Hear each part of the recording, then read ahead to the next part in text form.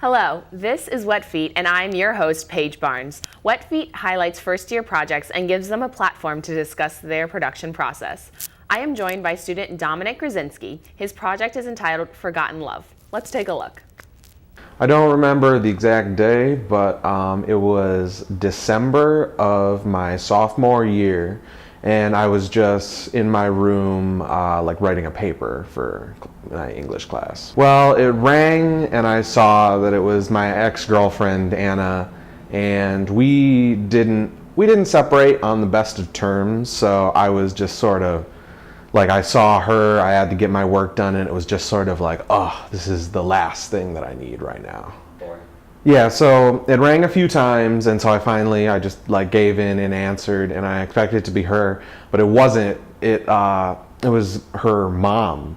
Her mom had called me, and she was calling because Anna hadn't gone to school that day. She obviously didn't have her phone with her, and nobody knew where she was, so she was missing. And I'm her ex-boyfriend, so her mom decided to call me to see if I knew where she was or if she was with me.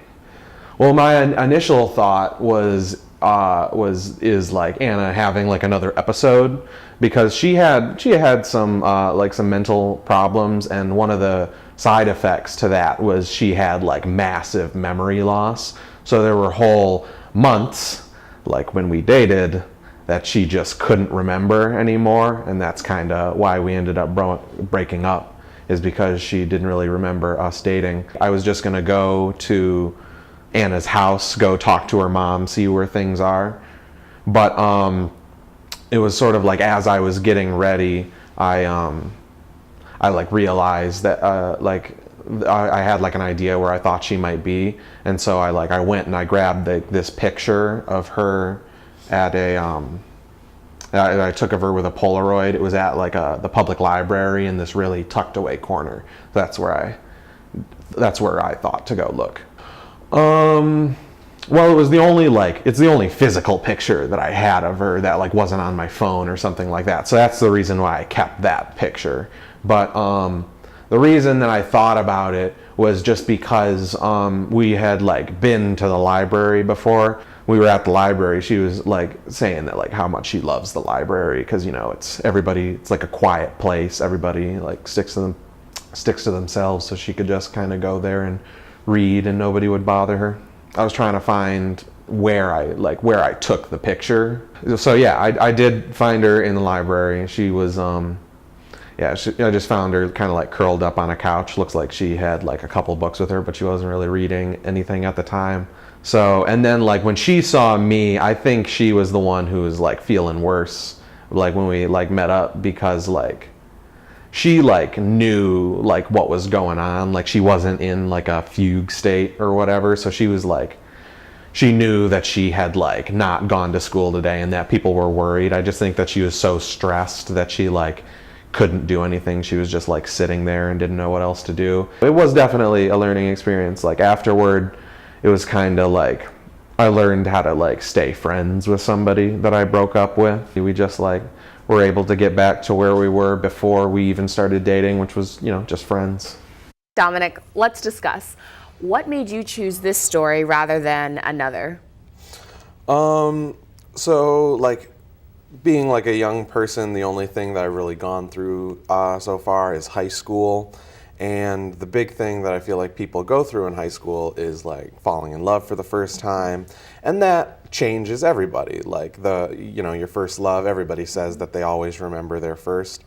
So it was that's why I wanted to share it, because it changed me. And also it was a story that is not typical for a high school relationship. We broke up for a very unique reason, mm-hmm. and one that I thought would be interesting for people to watch. Yeah. In what different ways was it difficult to put aside your feelings about Anna on the breakup to help find her? Well, to get out the door and help her, it didn't take much, because I feel I'm a good person, and I feel I was already gonna help. It was when I met her that I had to get over any sort of feeling between us. Mm-hmm. And it was just because I was in high school and, you know, it was a sad way to break up, but that's really what it was about, is I learned to get over that so that we could just be friends again. Yeah. What were some of the difficulties in visualizing a story from such a vulnerable point of view?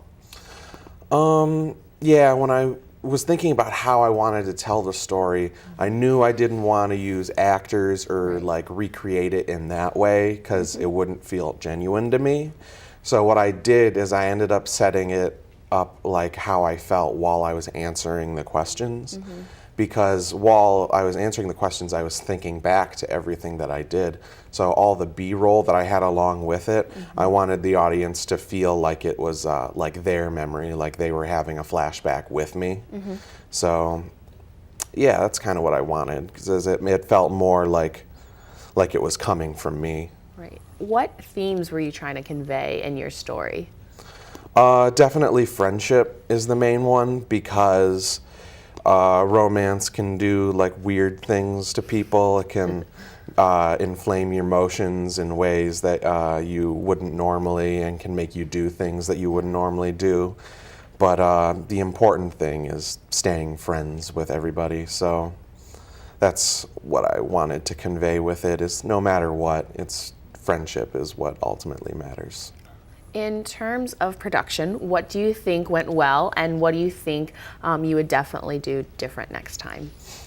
I like the way that it came together. Like what I was saying was the effect that I wanted to have of like the flashbacks. I think I did get it to the point where I wanted to, but I would have, I guess it's not true, because I would have liked to take it further. It was the effect that I wanted, but I would have liked a stronger effect. So more B-roll, more specific footage that would have like related to the memories. If I could have like found a way to edit the actual interview to make it even more like chronological, because sometimes I backtrack, then all those would make it better. But I am happy with how it ended up.